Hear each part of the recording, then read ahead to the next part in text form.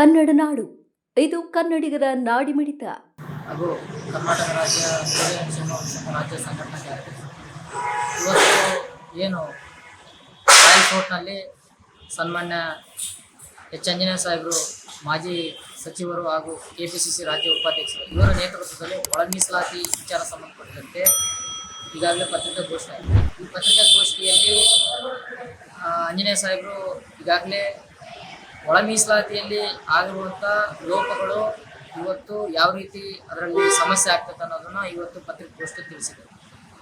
ಪತ್ರಿಕಾಗೋಷ್ಠಿಯಲ್ಲಿ ತಿಳಿಸಿರುವಂತೆ ಏನು ಈ ವೀರಶೈವ ಜಂಗಮರು ಮನೆ ಮನೆಗೆ ಹೋಗಿರುವಂಥ ಗಣತಿದಾರರಿಗೆ ನಾವು ಎಸ್ ಸಿ ಪಟ್ಟಿಯಲ್ಲಿ ಬರುವಂಥ ಬೇಡ ಜಂಗಮರು ಅಂತೇಳಿ ಬರೆಸಲಿಕ್ಕೆ ಇವತ್ತು ಏನು ಹುನ್ನಾರ ನಡೆಸ್ತಾ ಇದ್ದಾರೆ, ಇದು ಯಾವುದೇ ಕಾರಣಕ್ಕೂ ಅವರಿಗೆ ಫಲ ಸಿಗಲ್ಲ. ಯಾಕಂದರೆ ಈಗಾಗಲೇ ಬೇಡ ಜಂಗಮ ಬುಡಗ ಜಂಗಮ ಅಂತೇಳಿ ಈ ಕರ್ನಾಟಕ ರಾಜ್ಯದಲ್ಲಿ ಗೆಜೆಟಲ್ಲಿ ಇದೆ. ಆದರೆ ವೀರಶೈವ ಜಂಗಮರು ಇವರೆಲ್ಲರೂ ಕೂಡ ಪಂಚಪೀಠಾಧೀಶರು. ಇವರು ಎಲ್ಲ ಜನಾಂಗದವರಿಗೆ ಸ್ವಾಮಿಗಳು, ಪೂಜಾರಿಗಳು, ಪುರೋಹಿತರು, ಗುರುಗಳು, ಇಂಥವರು ಏನು ಪರಿಶಿಷ್ಟ ಜಾತಿ ಶೆಡ್ಯೂಲ್ ಕ್ಯಾಸ್ಟಲ್ಲಿ ಬರುವಂಥ ತುಳಿತಕ್ಕೆ ಒಳಪಟ್ಟವರು ಸಮಾಜದಿಂದ ಬಹಿಷ್ಕಾರ ಆಗಿ ಇವರು ಅನ್ಟಚಬಲ್ ಅಸ್ಪೃಶ್ಯತೆಯನ್ನು ಉಂಡು ಇವತ್ತು ಇಂಥ ಒಂದು ಸಮುದಾಯಗಳಿಗೆ ಆ ಸಮುದಾಯಗಳಿಗೆ ಸಿಗುವಂಥ ಒಂದು ಮೀಸಲಾತಿಯನ್ನು ಕಬಳಿಕೆ ಮಾಡಿಕೊಳ್ಳಲಿಕ್ಕೆ ನೀವು ಹೊರಟಿದ್ದೀರಿ. ಇದು ಯಾವುದೇ ಕಾರಣಕ್ಕೆ ಫಲಿಸಲ್ಲ. ಇದು ಬಹಳಷ್ಟು ಅನ್ಯಾಯ, ಇದು ಘನಘೋರ ಅಂತೇಳಿ ಈ ಸಂದರ್ಭದಲ್ಲಿ ಹೇಳ್ಬೇಕಾಗ್ತದೆ. ಅದೇ ರೀತಿಯಾಗಿ ಇವತ್ತು ಸ್ವಾಮಿಗಳು ಏನು ಮಾತಾಡ್ತಾ ಇದ್ರಿ, ತಾವೆಲ್ಲರೂ ಕೂಡ ಆತ್ಮಸಾಕ್ಷಿಯಾಗಿ ತಿಳ್ಕೋಬೇಕು.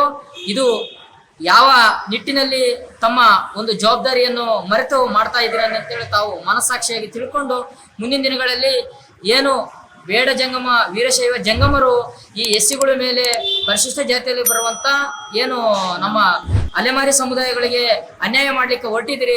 ಇದು 101 ಜಾತಿಗಳು ಕೂಡ ಖಂಡನೀಯ ಮಾಡ್ತೀವಿ. ಮುಂದಿನ ದಿನಗಳಲ್ಲಿ ದೊಡ್ಡ ಮಟ್ಟದಲ್ಲಿ ಹೋರಾಟ ಮಾಡ್ತೀವಿ. ಅದೇ ರೀತಿಯಾಗಿ ಕಾಲಂ ನಂಬರ್ 19ರಲ್ಲಿರುವಂಥ ಬೇಡ ಜಂಗಮ ಸಮುದಾಯ ಬೇಡ ಜಂಗಮ ಅಂತ ಏನಿದೆ ಅದನ್ನು ಈ ಕೂಡಲೇ ಸರ್ಕಾರ ಕೈಬಿಟ್ಟು ಬುಡಗ ಜಂಗಮ ಮಾತ್ರ ಉಳಿಸಿ ಈ ಅಲೆಮಾರಿ ಸಮುದಾಯಕ್ಕೆ ನ್ಯಾಯ ಕೊಡಿಸುವ ನಿಟ್ಟಿನಲ್ಲಿ ಸರ್ಕಾರ ಕೈಗೊಳ್ಳಬೇಕಂತ ನಾನು ಈ ಮೂಲಕ ಸರ್ಕಾರವನ್ನು ಆಗ್ರಹ ಮಾಡ್ತೇನೆ. ನೀವಿನ್ನು ಕನ್ನಡ ನಾಡು ವಾಹಿನಿಯನ್ನು ಸಬ್ಸ್ಕ್ರೈಬ್ ಮಾಡಿಕೊಂಡಿಲ್ವಾ? ಈಗಲೇ ಸಬ್ಸ್ಕ್ರೈಬ್ ಮಾಡಿ, ಬೆಲ್ ಐಕಾನ್ ಅನ್ನು ಒತ್ತಿ ನೋಟಿಫಿಕೇಶನ್ಗಳನ್ನು ಪಡೆಯಿರಿ.